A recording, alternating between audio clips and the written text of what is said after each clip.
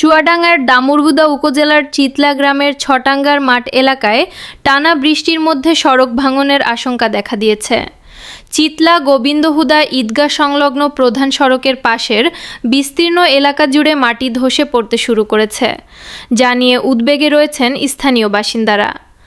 দীর্ঘদিন আগে সড়কের পাশের প্রায় ২০ বিঘারও বেশি জমি থেকে অবৈধভাবে বালু উত্তোলন করে বিক্রি করা হয়।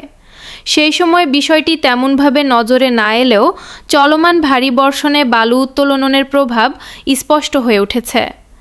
বৃষ্টির পানির চাপে মাটি সরে যাচ্ছে এবং বিভিন্ন স্থানে বড় বড় ভাঙনের সৃষ্টি হচ্ছে। সরেজমিনে দেখা গেছে কার্পাসডাঙ্গা দামুড়হুদা আঞ্চলিক সড়কের পাশের প্রায় ১ কিলোমিটার এলাকা জুড়ে ভাঙনের চিহ্ন দেখা দিয়েছে। কোথাও কোথাও রাস্তার কিনারায় ফাটল সৃষ্টি হয়েছে।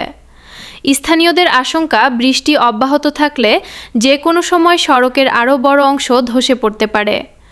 এতে যোগাযোগ ব্যবস্থা মারাত্মকভাবে ব্যাহত হওয়ার পাশাপাশি ঘটতে পারে বড় ধরনের দুর্ঘটনা।